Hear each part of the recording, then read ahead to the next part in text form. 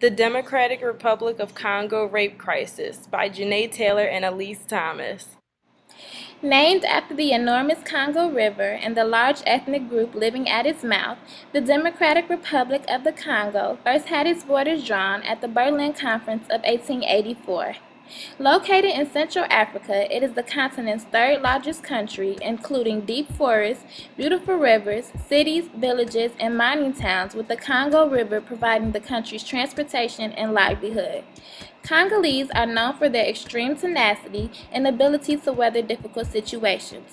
With political parties officially banned and demonstrations outlawed, it is not difficult to imagine the social problems in the country.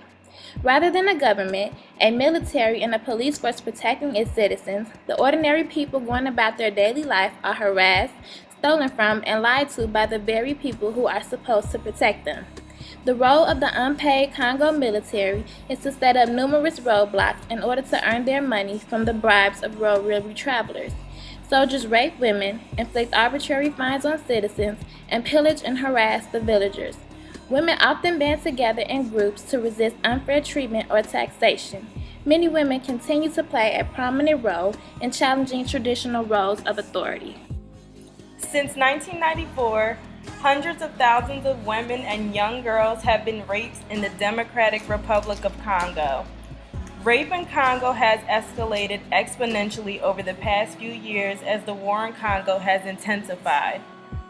Many soldiers and war officials use rape as a weapon of war.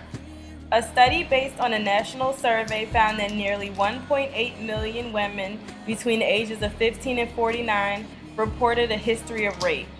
Additionally, in the year leading up to the national survey, approximately 400,000 women said they had been raped, which is the equivalent of 4 women every 5 minutes.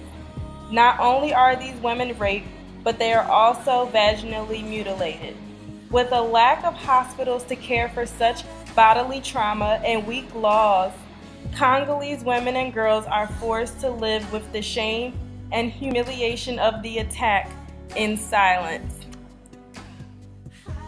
Social influence refers to the way people affect the thoughts, feelings, and behaviors of others.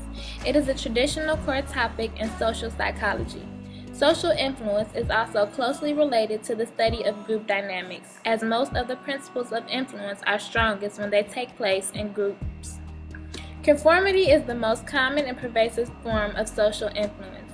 It is generally defined as the tendency to act or think like other members of a group. Group size, unanimity, cohesion, status, and prior commitment all help to determine the level of conformity in an individual. The two major motives in conformity are normative influence, the tendency to conform in order to gain social acceptance and avoid social rejection or conflict as in peer pressure, and informal influence, which is based on the desire to obtain useful information through conformity and thereby achieve a correct or appropriate result. A major form of social influence is obedience. This is a change in behavior that is the result of a direct order or command from another person.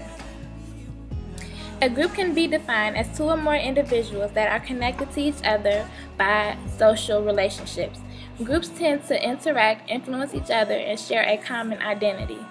The shared social identity of individuals within a group influences intergroup behavior, the way in which groups behave towards and perceive each other. These perceptions and behavior, in turn, define the social identity of individuals within the interacting groups. The tendency to define oneself by membership of a group leads to intergroup discrimination, which involves favorable perceptions and behaviors directed towards the in-group, but negative perceptions and behaviors directed towards the out-group. Intergroup discrimination leads to prejudice and stereotyping, while the processes of social facilitation and group polarization encourage extreme behaviors towards the out-group. Currently, there is little to no research regarding a relationship between social psychology theories and the rape crisis in the Democratic Republic of Congo. There are, however, numerous studies that have been conducted on the social perception of rape here in the United States.